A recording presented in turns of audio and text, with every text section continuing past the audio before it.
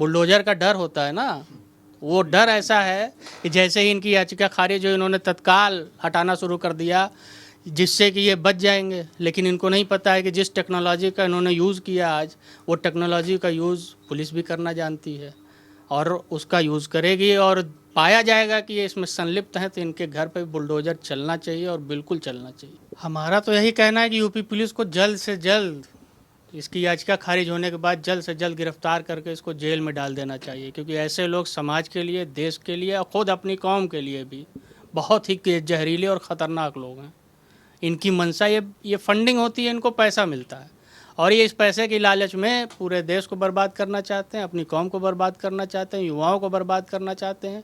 इनका मकसद होता है कि लड़ाएं, आपस में लोग लड़ें और इनको पैसा मिलता रहे, बाकी ये किसी के हित ऐसी नहीं है।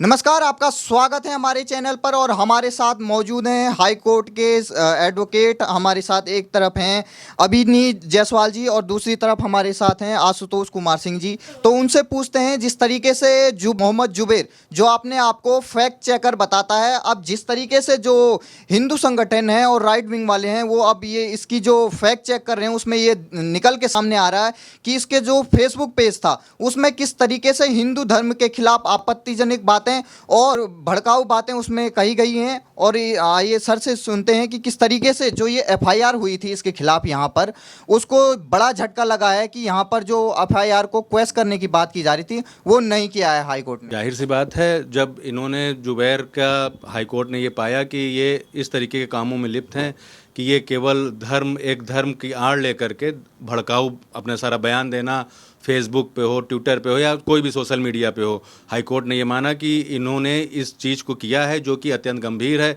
देश को तोड़ने वाला है, देश की अखंडता को ख़त्म करने वाला है। तो इसको संज्ञान में लेते हुए हाई कोर्ट ने बहुत ही तर्कपूर्ण तरीके से इनकी याचिका को खारिज कर दिया है और ऐसे लोगों को केवल जेल के भीतर ही होना चाहिए और इनके लिए कानून में कोई जगह नहीं है। अगर कोई भी अमन पसंद, इंसाफ पसंद, अगर राष्ट्रभक्त हो या बुद्धिजीवी है, या हम लोग बुद्धिजीवी वर्ग से आते हैं, न्यायपालिका पे पूर्ण विश्वास है, न्यायपालिका ने इनकी याचिका को खारिज करके अत्यंत सराहनीय काम किया। ये कैसे जर्नलिस्ट हैं सर कि जो दूसरे धर्म, जब नुपुर शर्मा ने कुछ बयान दिया उसके बाद इन्होंने वो वीडियो डाला और उसके बाद किस तरीके से मिडिल ईस्ट से आवाज़ें उठ के आई और भारत के खिलाफ विरोधजनक बातें हुई, लेकिन ये जब दूसरे धर्म के लोगों के खिलाफ किस तरीके से आपत्तिजनक बातें करते हुए साफ दिखाई दे रहा है, तो इनका क्या मोटिव है? इनका मोटिव है कि भारत में किसी तरीके से दंगे भड़काए जाएं। इनका अगर फेसबुक अकाउंट या सारी चीज़ें चेक करें, जो कि अब पुलिस इन्वेस्टिगेशन हो रहा है, क्राइम ब्रांच करेगा, ये आईटी सेल वाले करेंगे, सारी चीज़ें देखी जाएगी। इन्होंने जिस तरीके से शिवलिंग की तुलना करी वेटिकन सिटी से, जिस तरीके से इन्होंने हमारे एक रामायण का प्रसंग है उसको उन्होंने कहा कि ये जो है यूएसबी पोर्ट से उन्होंने तुलना करी और मखौल उड़ाया, तमाम चीज़ों की संज्ञात्मक उपमा दे करके मखौल उड़ाया। ये भड़काना चाह रहे थे नुपुर शर्मा के नाम पे, या आज भी ये पीछे पड़े। नुपुर शर्मा ने कोई गलत नहीं कहा, उन्होंने सिर्फ आपकी बात को कोट किया, बताया कि आपके धर्म के ग्रंथ में ही ये चीज़ें लिखी हुई हैं। उसको बताना इनको इतना लग रहा है कि हम गलत कर दे रहे हैं। नुपुर शर्मा ने इनका मखौल उड़ा दिया। ये अपने गिरेबान में झांक करके देखें, नुपुर शर्मा ने एक सच्चाई बात करी थी और वो भी कहा था कि इसको वेरीफाई किया सकता है, लेकिन इन्होंने किस आधार पे, किस तरीके से, बिना किसी ठोस कारण के या ठोस कोई साक्ष्य या सबूत के कैसे तुलना कर दी हिंदू धर्म के हमारे जो ईस्ट हैं उनकी तुलना आप कर दे रहे हो किसी सिंबॉलिक से या साइंस से, सिटी से। ये सब भड़काऊ है और ये पूरी तरीके से केवल इनका कुकृत्य है जो कि जाहिर हो गया है और जाहिर तौर पे सामने आया है। अब ये अपनी आइडेंटिटी को छुपाना चाहते हैं और कानून की शरण में आना चाहते हैं, जो कि कतई सही नहीं है। न्यायपालिका इनके ऊपर शिकंजा कसेगी और सरकार इनके दूध का दूध पानी पानी करते हुए इनका जो कृत्य है वो सामने लाएगी। जिस तरीके से बताया जा रहा है कि यूपी पुलिस इनकी अब जो एफआईआर हुई है उससे डर कर इसने ये जो फेसबुक अकाउंट है, ताकि कोई सबूत ना जुट पाए, इसने डिलीट कर दिया। तो आप ये बताइए, जो ये क्राइम है कि सबूतों को मिटाना, इसमें कितनी बड़ी सजा हो सकती है? सबूतों को मिटाना, छेड़छाड़ हमारे आईपीसी में 200 सेक्शन 201 है, उसमें 3 साल की समझौता सजा है। हाँ, और नॉन अवेलेबल है, इसलिए इनको ये जो कृत्य है इसमें जब जांच होने के बाद जो हमारी विवेचक होंगे या विवेचना अधिकारी होगी या टीम होगी वो पूरा अपनी रिपोर्ट सबमिट करेगी तो इनको सजा मैक्सिमम जो होगा दिया जाएगा। से देखा गया है कि ज्ञानवापी मामले के बाद जो शिवलिंग वहां पर उजागर हुआ था उसके बाद कई ऐसे लोग हैं जो ट्विटर पे अपने आप को बड़ा समझते हैं, चाहे नसीरुद्दीन शाह हो चाहे स्वरा भास्कर हो, किस तरीके से, और कई लोग हैं जो शिवलिंग का मजाक उड़ा रहे थे। और आज कई लोग कहते हैं कि अगर किसी ने हमारे धर्म के खिलाफ कुछ कह दिया तो उसका सर कलम कर देंगे, ऐसी बातें कर रहे हैं। तो क्या दूसरे धर्म की भावना ही नहीं है? बिल्कुल भावना है। इनको ये सोचना चाहिए जब हम किसी के बारे में कोई आक्षेप लगाएंगे तो अगर हमने पत्थर उछाला है तो छींटे हम पे भी पड़ेंगे। वैसे भी हिंदू धर्म, सनातन धर्म हम लोगों का बहुत शांत रहा है, कभी किसी का हम लोग रिवेंज में कोई काम नहीं करते हैं। हमको हमेशा सिखाया जाता है कि सारे धर्मों का आदर करना है, सम्मान करना। हमारे गीता में, हमारे जो भी वेद ग्रंथ हैं, जो भी हमारा रामायण है, सब में ये लिखा है कि दूसरे धर्मों का पालन करना है। लेकिन अगर कोई हमको निशाने पर लेगा तो हम भी उसको छोड़ेंगे। एक गांधी जी ने कहा था कि भाई एक गाल पे कोई तमाचा मारे आप मार दीजिए, लेकिन अब वो आज का युवा इस सोच से बिल्कुल अलग है। अब हम अगर इसी को बर्दाश्त करते रहे तो हमारा ये हिंदू धर्म की परिकल्पना एकदम खत्म हो जाएगी। नष्ट करने पे तुले हुए हैं ये लोग। जिस तरीके से ज्ञानवापी में शिवलिंग मिला है, आपको न्यायालय के आदेश का, न्यायालय में हो रही कार्रवाई को पार्टिसिपेट करते हुए उसका पालन करना चाहिए, आदर करना चाहिए। जिस तरीके से आप वक्तव्य देते हैं, उन्माद फैलाते हैं और कोई न किसी बहाने से, जैसे नुपुर शर्मा का ही कोई बहाना हो गया, आप पत्थरबाजी कर रहे हैं, आप हमारे हिंदू धर्म को निशाना बना रहे हैं, आप हमारे हिंदू देवी देवताओं को निशाना बना रहे हैं। ये जायज़ नहीं है, ये बिल्कुल उचित नहीं है। हम टॉलरेट करते रहें और आप हमारे सर पे चढ़ जाएं। भारत पाकिस्तान की अवधारणा जब आपने ली थी तो आप पाकिस्तान चले गए थे, हम यहाँ थे। आप हमारे पे रह रहे हो और हम ही को आंख दिखा रहे हो। ये कब तक चलेगा? हम संविधान को मानते हैं, संविधान सम्मत बात होगी। अयोध्या में जिस तरीके से फैसला आया है, ज्ञानवापी पे आएगा। आप संयम रखिए, उसका आदर करिए। जो आएगा दूध का दूध, पानी का पानी होगा। आप आवेश में आकर के आप चीज़ों को अपने हाथ में लेते हो, कानून, और जब उस प्रतिक्रिया आती है तो आप कहते हो कि हमको कानून का सहारा ना लेकर के हमको अनैतिक रूप से ये बुलडोजर चला रहे हैं, हमको गिरफ्तार किया जा रहा है। तो दोनों चीज़ नहीं चलेगी। आप मीठा मीठा आप खा लो, कड़वा आप थू कर दो, ये नहीं चलेगा। जिस तरीके से सोशल मीडिया पर जब से इसके ये पोस्ट दिख रहे हैं उसके बाद कई लोग कह रहे हैं कि इसको जल्द से जल्द गिरफ्तार करके यूपी पुलिस सलाखों पीछे डाले। आपकी क्या डिमांड है? बिल्कुल, हमारी भी डिमांड है कि जिस तरीके से योगी जी ने एक पिछले 5 साल में एक परिकल्पना प्रस्तुत करी है कि अपराधियों को बख्शा नहीं जाएगा, जो कोई अमन चैन को बिगाड़ेगा उसको बख्शा नहीं जाएगा, इनको तत्काल इनकी गिरफ्तारी करें। इनके ऊपर जो भी ठोस और एक्शन लिया जा सकता हो, कानून सम्मत जो कुछ भी हो कार्रवाई करें, वो जितनी कठोर हो, चाहे बुलडोजर चलाने जैसी हो, चाहे इनकी संपत्ति जब्त करना हो, चाहे इन पर जुर्माना लगाना हो, चाहे इनको सलाखों के पीछे डालना हो, पूरी कार्रवाई करके न्यायपालिका के सामने इनको प्रस्तुत करें और न्यायपालिका इनको जो सजा देगा वो मान्य होगी। सर आप ये बताइए, इलाहाबाद हाईकोर्ट ने जो ये इसकी एफआईआर को रद्द करने की जो मांग थी वो खारिज कर दी है, तो आप ये बताइए अब इतने भड़काऊ पोस्ट इसके जो आ रहे हैं तो यूपी पुलिस को क्या करना चाहिए इस मामले में? हमारा तो यही कहना है कि यूपी पुलिस को जल्द से जल्द इसकी याचिका खारिज होने के बाद जल्द से जल्द गिरफ्तार करके इसको जेल में डाल देना चाहिए, क्योंकि ऐसे लोग समाज के लिए, देश के लिए और ख़ुद अपनी कौम के लिए भी बहुत ही जहरीले और ख़तरनाक लोग हैं। इनकी मंशा ये फंडिंग होती है, इनको पैसा मिलता है और ये इस पैसे की लालच में पूरे देश को बर्बाद करना चाहते हैं, अपनी कौम को बर्बाद करना चाहते हैं, युवाओं को बर्बाद करना चाहते हैं। इनका मकसद होता है कि लड़ाएं, आपस में लोग लड़ें और इनको पैसा मिलता रहे। बाकी ये किसी के हितैषी नहीं है, ऐसे लोग किसी के हितैषी नहीं, इनका हित सिर्फ अपने में सीमित है। आप बताइए कि जो हिंदू धर्म के बड़े बड़े धर्माचार्य हैं उनको ये हेट मॉन्गर कहते हैं, तो इनके खिलाफ किस सेक्शन में और आईपीसी की कौन सी वो धारा है जो संविधान बताता है कि जो हेट मॉन्गर बोलना किसी को बिना बात के, उस पर क्या कार्रवाई हो सकती है? इसके लिए कार्रवाई है तो भाई जिसको ये बोल रहे हैं वो उनके खिलाफ जाकर के डेफेमेशन का सूट फाइल कर सकता है, वो उनके खिलाफ और दंगा भड़काने का वो एलिगेशन लगा, क्योंकि ये इस तरह की बातें अगर आप कर रहे हैं तो कहीं ना कहीं आप एक वर्ग को उकसाने का प्रयास कर रहे हैं, दंगा भड़काने की नीयत है आपकी। और आपके पोस्ट देख करके लगता है कि सबसे बड़े हेट मॉन्गर तो आप खुद ही हैं। आप दूसरे को कह रहे हैं, आप खुद ऐसा काम कर रहे हैं जिससे ये लगे कि आप खुद ऐसा काम, आप खुद ऐसे व्यक्ति हैं, ऐसा व्यक्तित्व है। तो इन्होंने ये फेसबुक का जो अकाउंट था अपने साक्ष्य जो थे उसको दबाया क्यों और ये फेसबुक अकाउंट डिलीट क्यों किया है? डर, बुलडोजर का डर होता है ना, वो डर ऐसा है कि जैसे ही इनकी याचिका खारिज हुई इन्होंने तत्काल हटाना शुरू कर दिया, जिससे कि ये बच जाएंगे। लेकिन इनको नहीं पता है कि जिस टेक्नोलॉजी का इन्होंने यूज़ किया आज, वो टेक्नोलॉजी का यूज़ पुलिस भी करना जानती है और उसका यूज़ करेगी, और पाया जाएगा कि ये इसमें संलिप्त हैं तो इनके घर पे बुलडोजर चलना चाहिए और बिल्कुल चलना चाहिए। ऐसे लोगों का यही इलाज है।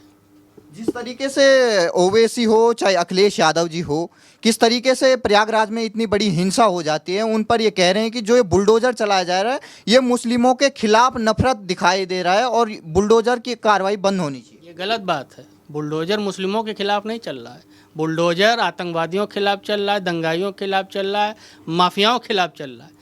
एक भी आम आदमी के खिलाफ बुलडोजर चला हो तो ये बता दें। ये माफिया नहीं है, ये दंगाई नहीं है, ये आतंकवादी नहीं है। किसी धर्म विशेष को ये टारगेट करके चलाया जा रहा है। क्या विजय मिश्रा के घर पे बुलडोजर नहीं चला? क्या दिलीप मिश्रा के घर पे बुलडोजर नहीं चला? क्यों? विकास दुबे जो कानपुर में बुलडोजर नहीं चला उसके घर पे? क्यों चला? क्योंकि ये माफिया थे, बदमाश थे, लोगों को प्रताड़ित कर रहे थे, इसलिए इनके खिलाफ भी चला। तो इनके खिलाफ अगर चल रहा है तो कह रहे हैं मुस्लिम है इसलिए हमारे खिलाफ चल रहा है। तो इस तरह से नहीं होता। जो गलत काम में लिप्त पाया जाएगा, बाबा का बुलडोजर उसके यहाँ चलेगा और कानून सम्मत है। इसको कोई कहे कानून के बाहर काम हो रहा है तो गलत कह रहा है। जो संविधान आपको पत्थर चलाने की इजाज़त देता है वही संविधान आपके घर पे बुलडोजर चलाने की भी इजाज़त देता है सरकार को। जिस तरीके से खबर आई है कि कई जो रिटायर्ड पूर्व जो एडवोकेट हैं और जज हैं कई, यहाँ से उन्होंने सीजीआई को लेटर लिखा है कि यूपी में अल्पसंख्यकों के खिलाफ कार्रवाई हो रही है, उनको धर्म देकर उनके खिलाफ कार्रवाई हो रही है, उसको रोका जाए, सीजीआई को संज्ञान लेना चाहिए। आपका क्या कहना है इस पे? मेरा यह कहना है कि ये सुप्रीम कोर्ट के जजेज हैं, बड़े बड़े वकील हैं उसमें शामिल, जिन्होंने लेटर लिखा है, उनको किसने रोका है सुप्रीम कोर्ट में आर्टिकल 32 इन्वोक करने से? आप लेटर लिख के आप सिर्फ प्रचार पाना चाहते हैं, सिर्फ प्रोपेगेंडा चला रहे हैं एक वर्ग विशेष का। आप जाइए आर्टिकल 32 में अपनी बातों को कहिए, सुप्रीम कोर्ट खुद ही आपकी बातों को सुनेगा और उसको लगेगा तो एक्शन लेगा। लेकिन आप ये नहीं करेंगे क्योंकि जानते हैं कि कानून सम्मत काम हो रहा है, इसलिए लेटर लिख रहे हैं, उसको मीडिया में रिलीज़ कर रहे हैं, प्रोपेगेंडा कर रहे हैं। इसके पीछे इनका मकसद है उन वर्ग विशेष जो माफिया हैं, जो दंगाई हैं, जो आतंकवादी हैं, उनको बचाना और अपना प्रचार पाना। जिस तरीके से देखा जा रहा है कि एक षड्यंत्र साफ तौर पे योगी जी के जो बुलडोजर है उसकी कार्रवाई को रोकने के लिए चारों तरफ से लगा है। अब एक जेएनयू की जो जावेद का जो घर था, उसकी जो बेटी है आफरीन फातिमा, उसने किस तरीके से अपने ट्विटर पे इंडिया की जगह पे लिंचिस्तान रखा है, इस पर आप क्या कहेंगे? लिंचिस्तान कहना इंडिया के लिए ये बिल्कुल गलत बात है। और उसकी बेटी की जहाँ तक बात है, वो बताए कि उसके घर का नक्शा पास था तो सार्वजनिक करे। अगर उसका घर सही तरीके से बना था तो सार्वजनिक करे, नक्शे को क्यों नहीं वो सोशल मीडिया में डाल रही है? जेएनयू में जा कर के लिंचिस्तान बताने से अच्छा है कि जो कार्रवाई की गई है, गलत की गई है, उसको सार्वजनिक कर दे कि नहीं साहब हमारा नक्शा पास था या नक्शे के विपरीत बना था तो कंपाउंडिंग हमने करा रखी थी, वो सारी चीज़ें मीडिया में डाल के बताए। अगर नहीं कर रही है तो साबित होता है कि वो अपराधी था, उसके खिलाफ कार्रवाई हुई है और जो हुई है सही हुई है। कई लोग हमने देखा सर, भारत को बदनाम करके किस तरीके से मिडिल ईस्ट में पूरे भारत को बदनाम किया गया और भारत को कई तरह माफ़ी मांगने के लिए वहाँ के देश कहने लग गए। तो आप ये बताइए इन लोगों के खिलाफ क्या कार्रवाई होनी चाहिए जो वहाँ पे भारत को बदनाम कर रहे हैं पाकिस्तान और अरब देशों के साथ मिलके?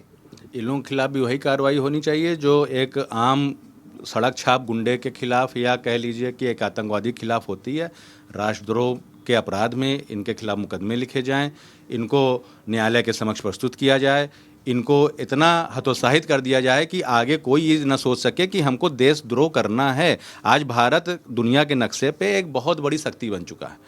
मोदी जी के नेतृत्व में देश ने तरक्की की है। पिछली सरकारों ने भी इसमें एक पुल बनाया था जिस पे कि हम आगे बढ़ रहे हैं और आज हमारी उत्तरोत्तर वृद्धि हो रही है और हम हर तरीके से एक विकासशील देश के पथ पर जो हम लोग दौड़ रहे हैं, आने वाले समय में हम लोग विकसित राष्ट्र बन चुके होंगे। लेकिन ये जो भारत को विश्व के नक्शे पर, पटल पर जो ये छवि धूमिल करने का प्रयास होता है समय समय पे, जैसे कि आपने अभी कहा जेएनयू के जो छात्र हैं वो टुकड़े टुकड़े गए, वो आज से नहीं, पिछले हम देख रहे हैं कई मौक़ों पर उन्होंने अपनी ये जाहिलियत, अपना ये राष्ट्रद्रोह ये मौके पे जाहिर किया है। और सरकार जब से ये आई है तब से इन लोगों के मतलब कि सोच में जिस तरीके से हम लोग देख रहे हैं कि एक जहर उगलना और देश के युवाओं को निशाने पर लेना, अब चाहे ओवैसी हों चाहे अखिलेश हों, वो किसी धर्म के सगे नहीं हैं, किसी कौम के सगे नहीं हैं, केवल ये भड़काते हैं, युवाओं का इस्तेमाल करते हैं, युवाओं के हाथ में पत्थर देते हैं, जो कश्मीर में होता आया और जिसको कि हमारे सरकार ने बहुत ही अच्छे तरीके से हैंडल करके एकदम दमन किया और आज वहाँ पे एक शांति है। ये लोग चाहते हैं कि हम अपना इस व्यापार को, आतंकवाद के व्यापार को, इस बेरोजगारी को इस्तेमाल करें, बेरोजगार बनाएं। बेरोजगारी है नहीं, आप भड़काते हैं, आप सरकार के खिलाफ उनको जो है प्रदर्शन करने के लिए उकसाते हैं और उनके हाथ में किताब ना आए, कलम ना आए, वो मेहनत ना करें, आप पत्थर पकड़ा देते हैं। कश्मीर का आतंकवाद यहाँ बढ़ रहा है। जिस तरीके से अखिलेश यादव जो है वलीउल्लाह, इनका आप मुकदमा लेने की वापस बात करते थे, आप ऐसे लोगों को प्रोत्साहित कर रहे हैं। लगातार इनको प्रोत्साहित करते हुए आप ऐसे लोगों की ही एक टीम बना रहे हैं। वो टीम केवल और केवल देश की अखंडता को ही दीमक की तरह चाटने का काम कर रही है। और मोदी या योगी जी जो भी आज सरकार में पदासीन हैं, हमारे देश का जो युवा है, जो बौद्धिक वर्ग है, वो इनकी असलियत जान चुका है। वो जान चुका है कि ये लोग किसी के भी सगे नहीं हैं। इनके लिए केवल सत्ता पाना और सत्ता का दुरुपयोग करना, अपने लिए, अपने स्वार्थ के लिए परिवारवाद की राजनीति करना है, इनको धर्म की राजनीति करना है, इनको जाति आधारित राजनीति करना है और देश से इनको कोई मतलब नहीं। आप ये बताइए, एक प्रकरण सामने आया है कि मिडिल ईस्ट का एक देश है कुवैत, उसने किस तरीके से अपने वहाँ का जो लॉ एंड ऑर्डर है, जो वहाँ का संविधान है, उसको किस तरीके से अपनाया है। खुद एक इस्लामिक कंट्री होने के नाते उसने उन लोगों को बाहर खदेड़ा जो पहले से नियम था कि अगर यहाँ कोई भी प्रदर्शन करेगा, नुपुर शर्मा के खिलाफ वहाँ प्रदर्शन हुआ, उसने वहाँ से उन लोगों को अपने देश से बाहर निकाल दिया। यही तो हमको सबक लेना है कि जो विकासशील देश हैं, विकसित देश हैं, जो चाहते हैं कि हमारे यहाँ विकास हो, अराजकता ना हो, आतंकवाद ना हो, वो ऐसी चीज़ों को पनपने नहीं देते। और एक हम हैं कि हमारे देश के लोग हैं, उनको ये सोचना चाहिए कि आपका इस्तेमाल होता है, आपको अल्पसंख्यक के नाम पर कहा जाता है कि नहीं आपका शोषण हो रहा है, आपको शोषित किया जा रहा है, उनको गुमराह करके उनसे आतंकवाद कराया जाता है, उनसे दंगा भड़काया जाता है। और इस चीज़ को तो बहुत सराहना हम करते हैं कि कुवैत जैसे देश ने इस चीज़ को बिल्कुल टॉलरेट नहीं किया और कहा कि हमारे यहाँ जो दंगा भड़काएगा, जो नफ़रत का बीज बोएगा, हम उसको बाहर करेंगे। यहाँ के लोग उससे सबक लें, हमारे मुसलमान भाई उससे सबक लें और देश के कानून को विधि सम्मत तरीके से पालन करते हुए हम लोग भाईचारे के साथ रहें और आगे बढ़ें। ये कुवैत का स्पष्ट संदेश है जो कि हमको, हमारे भाइयों को, मुस्लिम भाइयों को उसका अनुसरण करना चाहिए। इस बात की खुशी है कि कुवैत जैसे देश ने एक उदाहरण पेश किया। एक जमीयत उलमाए हिंद है और एक मुस्लिम पर्सनल लॉ बोर्ड है। जो जमीयत उलमाए हिंद है उसने सुप्रीम कोर्ट में अर्जी दी है कि जो योगी जी का बुलडोजर है उसको जल्द से जल्द रोका जाए। इस पर आप क्या कहेंगे? उन्होंने दिया है तो अगर सुप्रीम कोर्ट इस पर कॉग्निजेंस लेगी, जो निर्णय लेगी उसके बारे में तब टिप्पणी की जाएगी। लेकिन ये मानसिकता क्या है कि बुलडोजर की कार्रवाई क्यों रोकना चाहते हैं योगी जी के? मानसिकता ये है कि बुलडोजर कार्रवाई इसलिए रोकना चाहते हैं क्योंकि सारे गलत काम इन्हीं लोगों द्वारा फैलाए जाते हैं। जुमे की नमाज एक पवित्र नमाज मानी जाती है, जैसा हमने सुना है, तो उस पवित्र नमाज के बाद पत्थर हाथ में कैसे आते हैं? यही उलेमा लोग बैठ कर के वहाँ भड़काने का काम करते हैं, उसके बाद ये पत्थर हाथ में आ जाते हैं। तो ये जानते हैं कि ये बुलडोजर कहीं उनके खिलाफ न चल जाए, उनके घरों पे न चल जाए, इसलिए ये पहले ही सुप्रीम कोर्ट पहुंच गए कि साहब इसको रोक दिया जाए। ये डर है और ये डर जायज़ है, ये डर ज़रूरी है, वरना ये पत्थरबाजी कश्मीर से होते हुए पूरे भारत में फैल रही है। अब कश्मीर में जब ये ख़त्म हुआ तो और जगह कश्मीर बनाने की तैयारी है। इन उलमाओं की यही मानसिकता है और यही जिहादी मानसिकता को रोकने की ज़रूरत है और बाबा बुलडोजर यही काम कर रहे हैं और ये ज़रूरी है करना। ये देश के हित में है और ये हर देश के हर राज्य को करना चाहिए, वरना आप देखिए बंगाल में क्या हो रहा है, बंगाल में आप देखिए क्या हो रहा है। तो इसलिए इनके अंदर डर होना ज़रूरी है, ख़ास तौर से इन जैसे लोगों का, जो उलेमा है जो पत्थर पकड़ाते हैं। हम नहीं कहते कि सभी लोग पत्थर पकड़ लेते होंगे, लेकिन ये इनके सानिध्य में जो लोग भी आते हैं वो ज़रूर पत्थर पकड़ लेंगे, क्योंकि ये भड़काने का काम इन्हीं के द्वारा किया जाता है। ये सेलेक्टिव संविधान को क्यों कोट करते हैं? जब भी इनके खिलाफ कोई कार्रवाई होती है, जो भी अपराधी होते हैं उनका धर्म पहले आ जाता है और संविधान की दुहाई देने लगते हैं, लेकिन जब पत्थर उठाने की बात हो तब कोई संविधान नहीं होता, और जब ऐसे भड़काऊ जो नारे हैं सर कलम करने वाले तब कोई संविधान नहीं होता। ये क्या बात है? कॉमन सिविल कोड की परिकल्पना इसीलिए हम लोग मूर्त रूप में चाहते हैं कि आ जाए। ये अपना पर्सनल लॉ बनाए हुए हैं। जब इनको कोई खुराफात करना है, आतंकवाद करना है, चीज़ों को गढ़ना है और उपद्रव करना है, तो आप पर्सनल लॉ का सहारा लेते हैं। अब जब इनके खिलाफ कोई कार्रवाई होती है जो कि विधि सम्मत होती है, कानून के किसी भी पैरामीटर में वो कवर हो रहे होते हैं, तभी इनके खिलाफ कोई कार्रवाई होती है, तो उसको ये लोग अवॉइड करने के लिए, उससे बचने के लिए फिर संविधान पे आ जाते हैं।